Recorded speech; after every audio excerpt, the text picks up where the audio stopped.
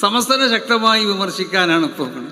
അത് സമസ്ത കേരള ജമിയത്തുൽ ഉലമയുടെ ബാംഗ്ലൂർ സമ്മേളനം അത് വളരെ വിജയിച്ചപ്പോൾ അതിന് ചില ആളുകളൊക്കെ കളിയാക്കുന്ന ചില മൗലവിമാരൊക്കെ ഉണ്ട് പല ഭാഗത്തും.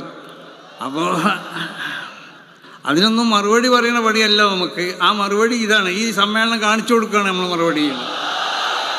അല്ലാതെ സമസ്ത കേരള ജമിയത്തുൽ സമസ്തക്ക് ബാംഗ്ലൂർ കൂടി സമ്മേളനം നടത്തിക്കൂടെ? എവിടെ നടത്തിക്കൂടെ? സമസ്ത എവിടെ സമ്മേളനം നടത്തുന്നത് ഇവന്മാരാണ് തീരുമാനിക്കേണ്ടത്.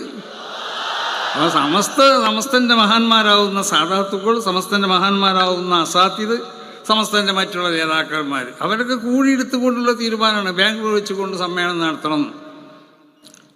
അത് ബാംഗ്ലൂർ വെച്ചുകൊണ്ട് നമ്മൾ ആ സമ്മേളനം നടത്തി. ആ സമ്മേളനം വളരെ വിജയിപ്പിച്ച് കാണിച്ചു കൊടുത്തു ചെയ്തു. എവിടെയും സമസ്തക്ക് സമ്മേളനം നടത്താൻ കഴിയും. ഈ ലോകത്തിൻ്റെ ഏത് ഭാഗത്തും സമസ്തക്ക് സമ്മേളനം നടത്താൻ കഴിയും.